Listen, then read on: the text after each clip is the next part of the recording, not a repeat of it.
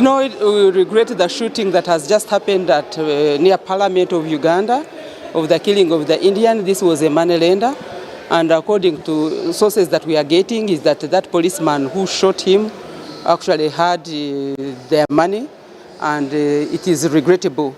And this actually tells us that these police officers have been getting loans from outside, perhaps running away from their own exodus circle. And the purpose of starting the Exodus Circle was to stop these scenarios that if you have your own institution that has a circle, it would help you rather than renting to money lenders, sharks, whose interest is very high. And you know, when you're cooperators, you really regulate your own circle. So for me, I think that we need now to go back and look at what is happening to people, the stress, the pressure, the depression, and the welfare generally of these police officers, the armed people. And like as I've been saying, it has become now the norm. We used to hear shooting from thugs, we used to hear shooting from thieves, but now it is happening with the people that would be chasing the thugs, that would be, you know, arresting the thieves. But now if the shooting is being done by our armed officers who should be protecting people and property, it begins to, you know, it leaves so many questions, and it is really regrettable. So it goes back still to either the way these people are recruited, the welfare, the mental issues. There's something that we should look into, not just looking at things at the surface area and say that yes, it is because of maybe having loans. There are issues behind even the loans. And perhaps these people need to go for refresher training courses. They just recruit them, and they are wild in the world. So for me, this leaves us with so many questions, I think, which we need to interrogate and interact with the leadership of the police on how they've been handling these police officers, but also the army in terms of recruitment process. Whom do they recruit? Do they have the background of those people? Do they know where they come from? Do they know what they've been doing? But also looking at the welfare of these people, especially what he has been doing. I haven't gotten what he's been doing where he was deployed. So all those things need to be questioned and ensure that as a country we come up with a solution, because now people are beginning to fear the people who would be protecting them. We are yet to conclude that report of the Exodus Circle because we are left with meeting with the management.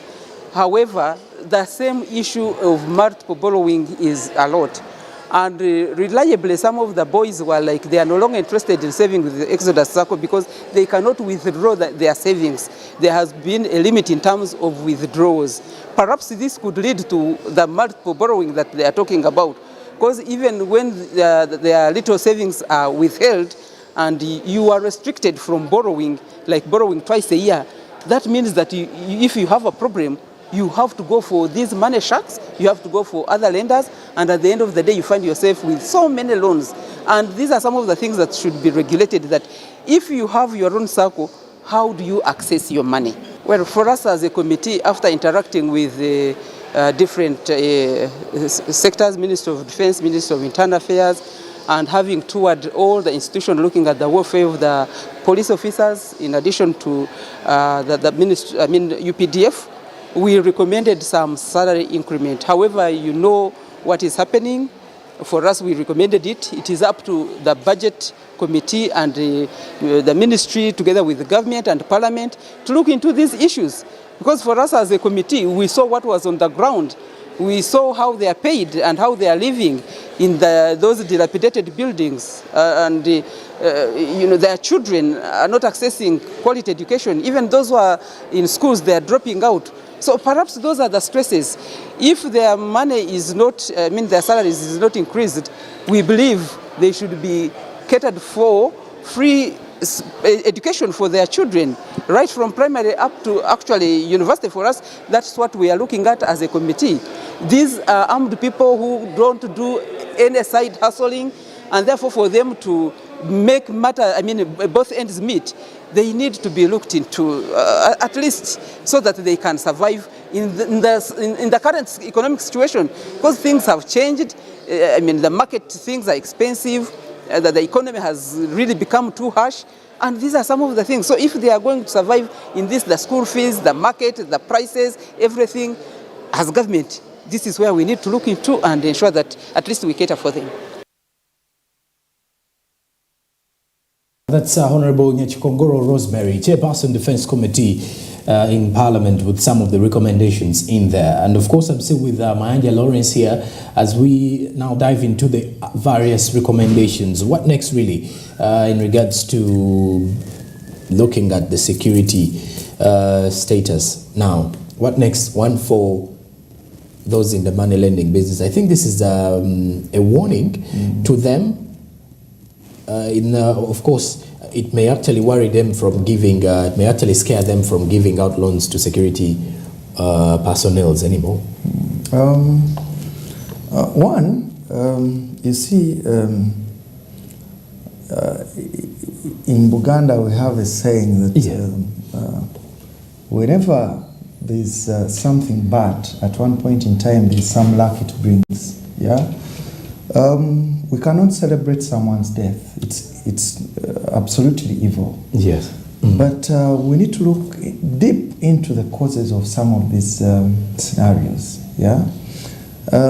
You've had it everywhere. Money lenders have turned out to be a problem. Yeah. Yes, they are good that they can easily provide quick access to funds. Yeah. But what you call quick access comes with a lot of strict terms and conditions, which not everyone can really match to. Yeah, you must have read and heard that the late Indian investor used to strictly borrow money to security personnel and more so in police. Yeah. You must understand that right now police officers are not living a good life. Yes. I've visited many police stations. Yes. And when you go deep to check on their lives, you know, you find that they live in very filthy shelter. Yeah. Yes. Their feeding is poor. Yeah. You get, their families are struggling with education. Yeah.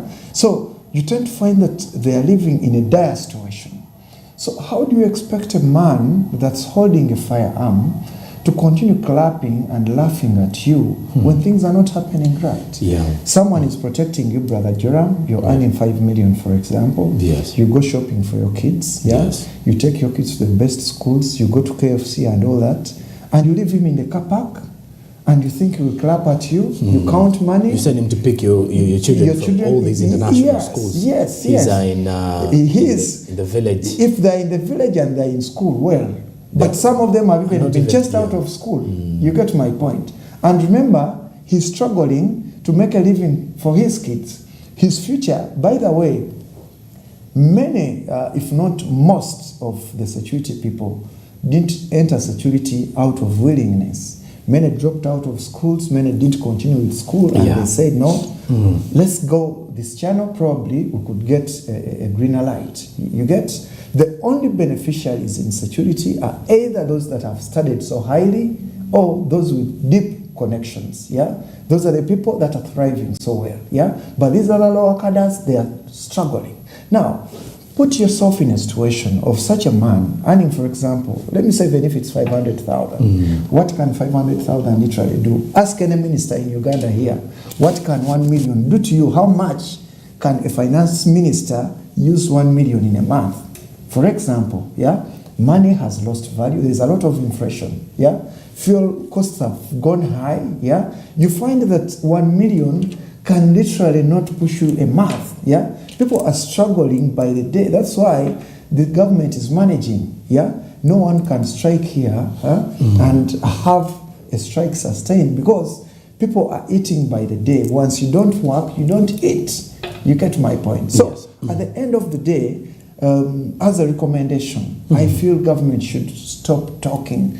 It should walk the talk. The talking is too much. People need action. Yeah. When you talk about people being insecure, what are you providing? Yes, the president many years ago, not many, recently, came out and said, no, there's a lot of insecurity after the late Deputy Principal Joe and Kagezi, Abiriga, Kawesi, and all the others said, no, let's have cameras. Quite a lot of money was invested into cameras, quite a lot. And we said, oh, well, it's well. If cameras are the solution to the security threat, let it be. It's a lot of money, but we have no control. The Fountain of Honor has made a decision. But even with such cameras on board, you find that things are even getting worse. Right now, you find that I'm an investigative journalist, for example. Yes. Yeah? I have not seen any government entity come out to produce any report. You can bear me witness. You're into the media. Many people have been killed. Which report has ever been released? Yes, they could be private, but why don't you bring them on board so that you build confidence in the public, you know? So that people regain that trust and security in whatever they're doing. Each time they keep on arresting people. Where do these people go? Yeah? In the long run, with all the mistreatment and everything, you get to find that government arrested the wrong people. Yeah? So we cannot keep lamenting and clapping and laughing when things are going astray. There are times when you have to remain real. Yeah? Whether you're government or you're against government, this is a matter of life and death. You get my point. It's, in fact, it does not matter whether you work for the government or you are against government. Anything can happen. Yeah? My brother Isma Olaxes, just died the other day. He was shot at. Yes. Isma was doing work for government. Yeah. So if people that work for government systems are also in danger, then who is not? You get. So the bottom line is government needs to pull up its stocks. Yeah. If whatever it promised is failing, I feel we are in a state of anarchy. Yeah. The president each time comes up and says, these are pigs. But where are the pigs? You get my point. He keeps on promising to arrest the pigs. But we've not seen these pigs being arrested. Being arrested. Yeah. And it so happens that, and it so hurts, by the way. Yeah. You know, it's like a family. You know, if the dad says that, worry not, I'm going to pay your school fees. Yeah. And over again, they're chasing you out of school. You lose confidence in your dad. Yeah. You begin wondering. Yeah. So I'm seeing a situation where people are going to begin losing confidence into the fountain of honor. I have information that he's supposed to address the country this week on the security situation in the country. Let's pray he has real issues and tangible issues. You know, Ugandans are not gullible. Yeah, you can fool people for some time, but you cannot fool all the people all the time. You know, people need to have tangible solutions. Yeah, because at the end of the day, people must move. Like we are talking about economic growth and development, people must work. There is no way we can have economic growth and development without work. But as people work, how safer are their businesses, for example? Yeah. How safer is the money they are putting into the bank? If someone finds a situation that even when I'm holding money, I'm safer. If someone gets into a situation whereby, like if the country is safe, I can transact transnight, there is business going on, We have bad people working in the night, so you don't know who you're admitting into your business. Probably you could be admitting someone who's just going to take your life. So there's a lot of insecurity. And as a recommendation, for example, I think like the government has invested a lot of money in security. The president and his men, they need to come down on the drawing board table and find a solution. Because like I told you that we shall just keep talking, but the Fountain of Honor has a solution to this. And until he finds solutions, we'll keep seeing the same happening. Right now, if you can only agree with me, the president has been in power for many years, but there comes even the best dancer leaves the dance floor, Everyone thinks that the president has done his best, He has done whatever he's done, the security and everything, and they think that maybe, why don't we get a change? You never know. There could be someone much more better. You get, Right now, the country moves on ICT systems. Certain things may not need too much authority. too much, pushing, but also people having a person of their interest, That could also be a solution, yeah? Right now we have ADF in Eastern Congo, yeah? Doing the kerosene there is actually, yes. at the maximum At currently. the maximum, yeah? But have you gone deep to analyze why are these people fighting, yeah?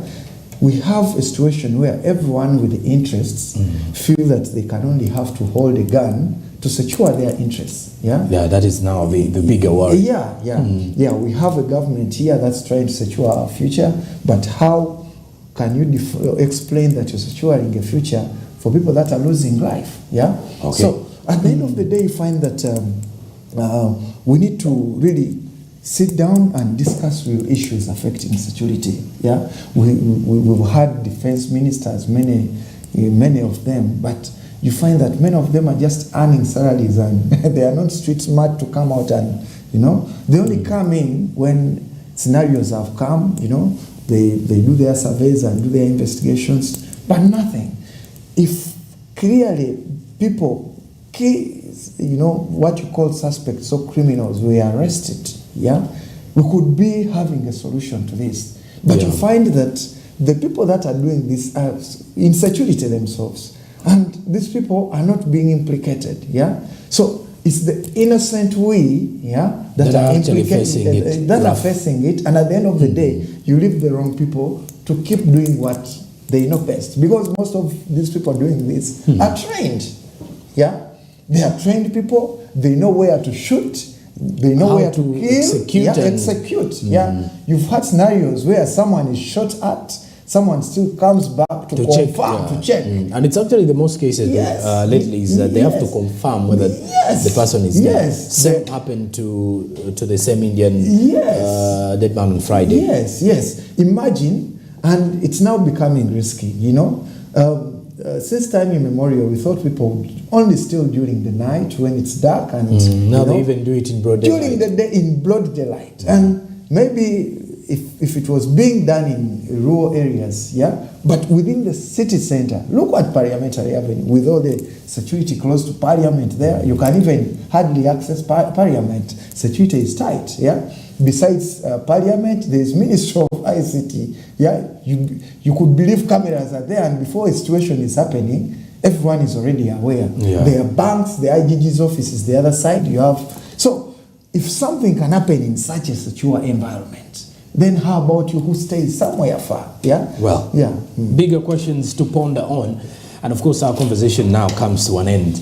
It does seem to be continuous by the look of things anyways. But due to time, we are definitely saying goodbye. I've been having Lawrence Mayanja here, who is an analyst from the security perspective, just breaking down and analyzing the current sort of insecurity and its impact on Uganda's economy and why we really need to worry as a country. But of course, be careful with the way you deal with people lately, as we continue to deal with the kind of depression everyone faces in the world today. You've been watching Smart Means Business. It's Monday, the 15th day of May, 2023, and we're wishing you a good week. Many thanks for joining us once again. Thank you so much, and I really appreciate. One last remark. Yeah, sure. We all need security, and it's one asset that we all deserve. I'm confidently saying this. The government is part of the problem. Okay.